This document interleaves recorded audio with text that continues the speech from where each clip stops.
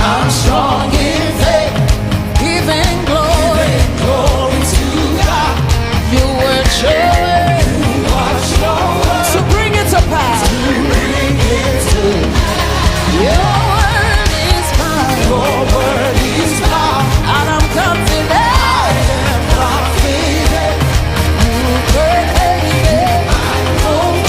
You'll bring it to pass. I walk in the path of victory. I'm flowing in prosperity. In the path that I walk, there is no death. I'm alive in Him.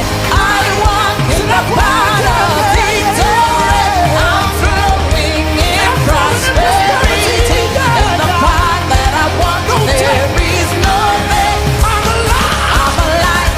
Oh. Shalom semua. Adakah saudara dan saudari tahu bahawa kata-kata di bibirmu, di mulutmu itu mempunyai kuasa untuk menyelamatkan atau membinasakan hidup? Kehidupanmu ditentukan oleh kata-kata di bibirmu. Itulah topik yang Pastor Chris ingin ajarkan kepada kita pada hari ini. Dan Pastor Chris memetik ayat Injil tema kita pada hari ini dari Ibrani 11 ayat 3 yang berkata, melalui iman kita mengerti bahawa alam semesta ini telah dijadikan oleh firman Allah, sehingga barang yang kelihatan bukannya dijadikan daripada barang yang kelihatan. Inilah firman Tuhan.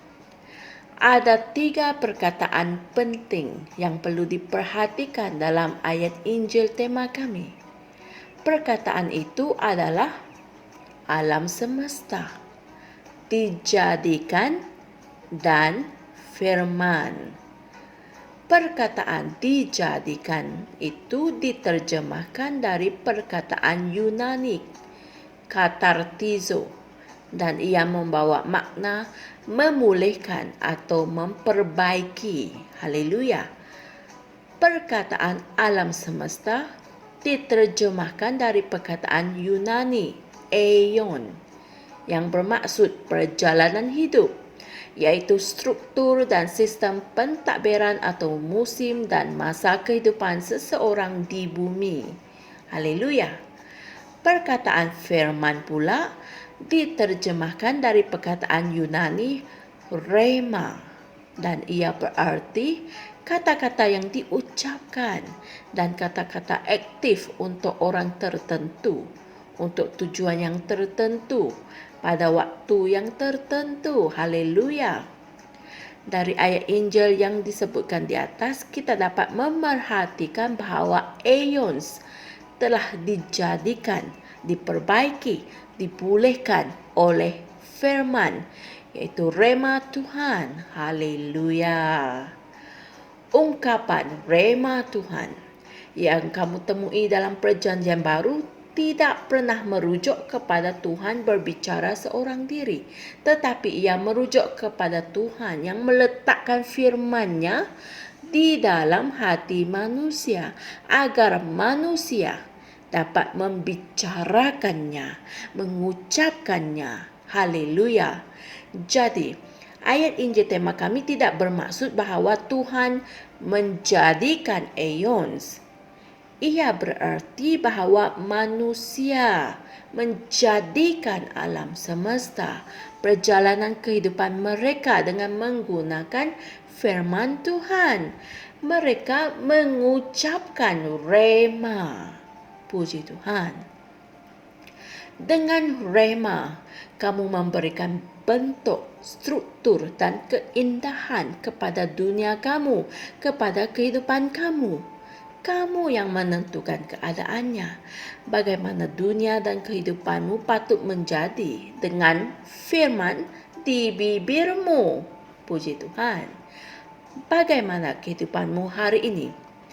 Adakah kamu mahukan kehidupan yang dilimpahi dengan rahmat, kemuliaan, dan kekuasaan yang bertambah-tambah?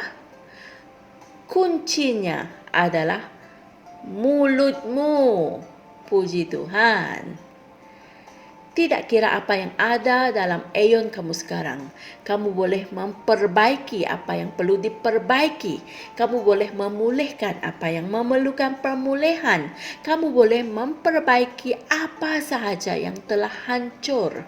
Kamu dapat menghentikan keganasan dan menghentikan kehancuran dan malapetaka jahat yang ditimbulkan oleh iblis di duniamu, dalam kehidupanmu, di bandar atau negara kamu atau dalam kehidupan orang yang kamu sayangi dengan mengucapkan firman Tuhan yang telah dikuasai oleh rohmu. Haleluya.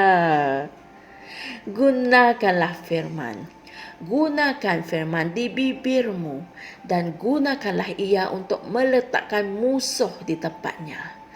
Gunakan firman untuk merangka perjalanan kehidupanmu agar menjadi selaras dengan rencana dan tujuan Tuhan untuk hidupmu. Haleluya. Puji Tuhan. Saudara dan saudari semua, mari kita sama-sama berdoa. Ya Bapa yang di syurga, aku mengucapkan terima kasih kerana perjalanan kehidupanku sesuai dengan kehendak, rencana dan tujuanmu yang sempurna untukku. Aku hidup dengan penuh kemenangan di atas musuh dan kesukaran hidup. Firman di bibirku meletakkan aku di atas. Aku memerintah dalam penguasaan ke atas keadaan. Dalam nama Yesus. Amin. Untuk renungan tambahan, sila renungkan ayat-ayat Injil berikut, yaitu Markus 11 ayat 23 dan 1 Korintus 2 ayat 4 hingga 5. Haleluya. Dengan rema, iaitu dengan firman di bibir kita, firman yang diucapkan oleh mulut kita, kita dapat menentukan keadaan hidup kita. Amin. Kita mampu merangka perjalanan kehidupan kita menjadi selaras dengan rencana dan tujuan Tuhan yang sempurna untuk hidup kita. Terpujilah Tuhan. Sebab itu, pastikan kamu mengucapkan rema yang betul dalam hidupmu. Haleluya. Jumpa lagi esok dan Tuhan berkati. Shalom. Kami percaya saudara-saudari semua telah diberkati dengan perkongsian firman dari Rhapsody Reality. Bagi sesiapa yang ingin menjadikan Yesus Kristus sebagai Tuhan dalam kehidupanmu, kamu boleh mengucapkan doa ini bersama dengan saya. Ya Tuhan Allah, aku mempercayai Yesus Kristus, Anak Allah yang hidup dengan sepenuh hatiku. Aku percaya Dia telah mati untukku dan Allah telah membangkitkan Dia dari kematian. Aku percaya Dia hidup hari ini.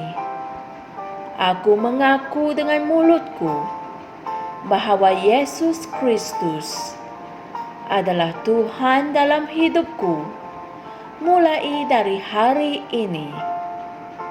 Melalui Dia dan di dalam nama-Nya, aku mempunyai kehidupan yang kekal. Aku telah dilahirkan semula.